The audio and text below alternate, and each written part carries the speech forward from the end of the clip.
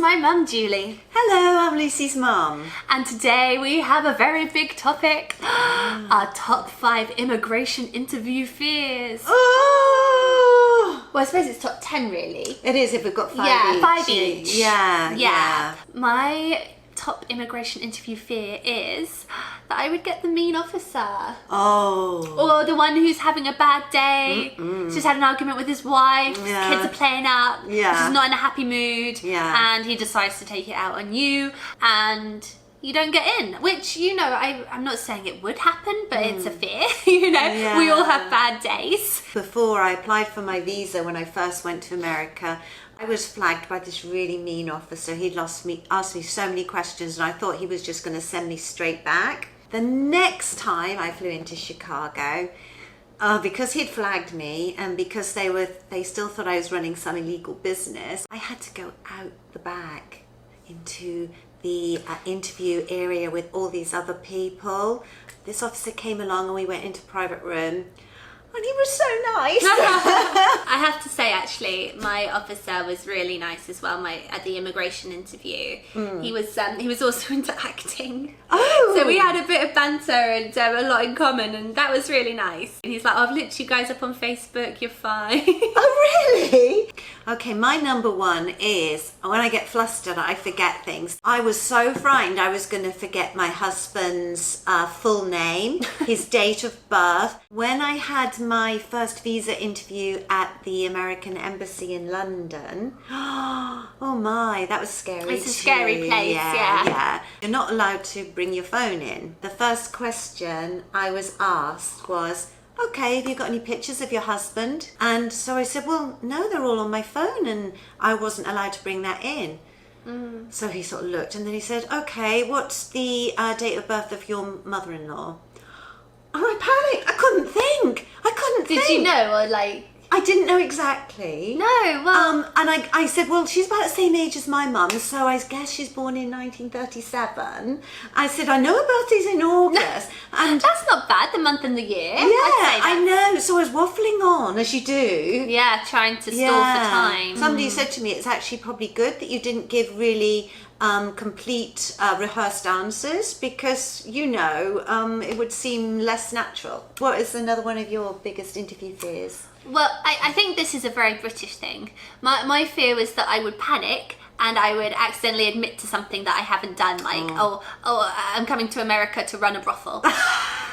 Or something like that, you know, because you do, like, you panic and then you think, oh, well, maybe I am guilty. And I do think that that's something that's very British. It is very British because we always kind of like say sorry or admit to things, you know, just to get through the situation. I'm sure it was my fault. Yes, I'm sure it was my fault. I very often get stopped at airports because I think if I'm on my own, I get worried, like, oh my God, like, maybe I did pack like some knives in my hand luggage. And I know I haven't, of course, but you kind of think, oh my God, what if I did? And then I'm going to get stopped and I'm going to get taken aside. My biggest fear is when I get nervous, I might say something silly or giggle in the wrong place or say something funny, like, you know, I just imagine myself saying, oh, do you not know who I am? Us Brits thought the British and Americans had a special relationship. We do say that a lot. Do We Americans do. say that? Yeah, Americans, I don't can you know. let us know? Do you say you have a special relationship with the British? Because that's kind of like our thing, isn't it? Oh, we Yes. have a special relationship with Americans. And you think that should really take you through, you know, why are we bothering with all this when we've got this special Come on relationship? in.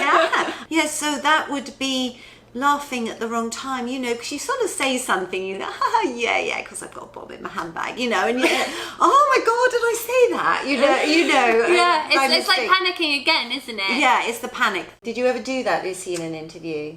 No, I don't think so. Although I forgot which hand I was supposed to reach out to shake hands, and we kind of did like a weird kind of hang loose fist bump type of thing.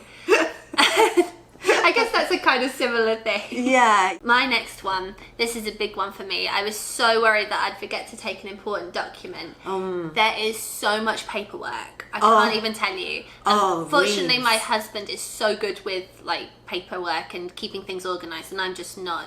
So I had to like triple, quadruple check everything, and even then I was so scared that I would have just left that one thing and that would have been it, because you wait so long for these interviews as well. That's the other thing. It's such a build up, and you don't want to mess it up by, I don't know, like forgetting your birth certificate. I mean, you're the sort of person, Lucy, that when it locks the door, will go back and check they've locked it. It usually takes me a solid 5 attempts to leave the house. Yeah.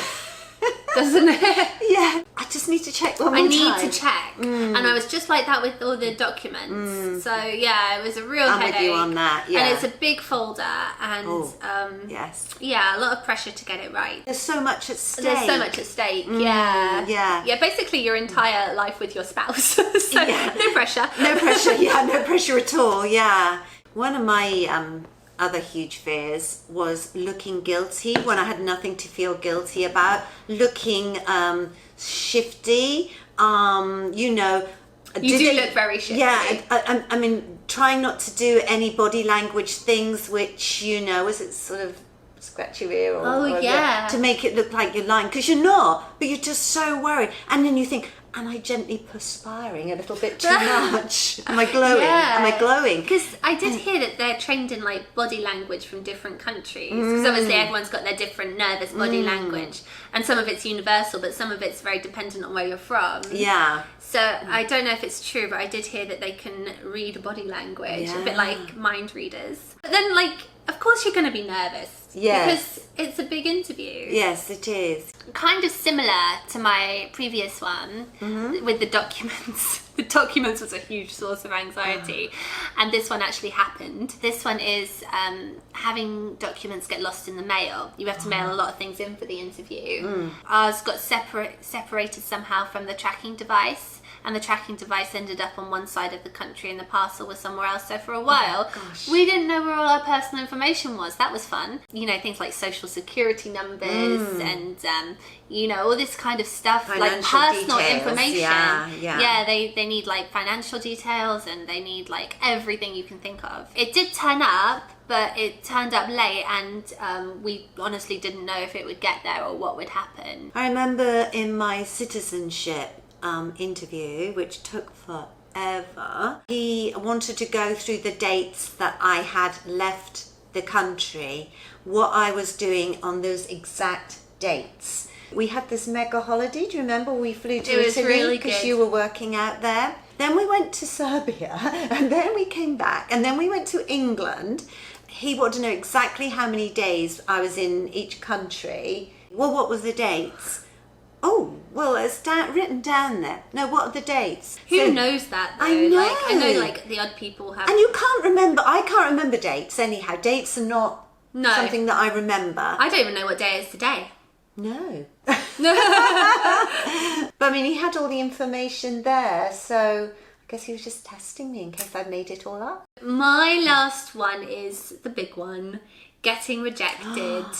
And not getting your green card, which would just be so horrible. By the time the interview came round, I'd been living here almost a year, waiting. I came out on a fiancé K1 visa, and then upgraded to the marriage visa once we got married, and then you wait for the interview to get upgraded for the green card. Because Ryan and I had done long distance for so long, but now we'd kind of got used to living together, and it felt like we'd started a life, and to have to be separated for any amount of time would have just been really, really hard at that point. I don't know what we would have done. I mean, he says he would come to England. Oh, I'm sure he would. I think he would too, but I'm glad we didn't have to put it to the test. Yes. So that was the big one, that for whatever reason, something would be wrong, they would not put it through, and you'd have to go back. Sorry, but my last one is the same as yours. I think everyone fears rejection, fears failure. I was told with my visa application when I had to fly home to the UK that it would probably take roughly 4 months. It actually took a whole year exactly. Yeah. And you're living in limbo for that time? Yeah, you can't really get started on your new life, can you? No. And you're not allowed, apparently, to give them a call, because it puts you back. puts you at the bottom again. This is what they say. I don't know how true it is. Yeah, little tip, don't call unless you really have to, because they don't like it. There are times when you think, well, there's a problem because it's taking so long. Have I done something wrong? Have we, like me, overstepped the mark and kept going forward and backwards too many times? And are we going to be penalised for that? Although you know you've not done anything wrong and you hope you're abiding by the rules, the rules are quite complicated, obviously for a reason. That does frighten you that you are going to be rejected. But we weren't. Yay! So I would say, if you're about to go through the process or if you're in the middle of it now, keep faith. Yeah. It can happen, and it's worth it in the end. It's worth it in the end. Well, we hope that's been helpful and not put you off too much. If you've got any funny stories or scary stories to tell, please let us know. Let us know and we'll give it a shout out. Take care, everyone. All right, everybody. See you soon. Bye.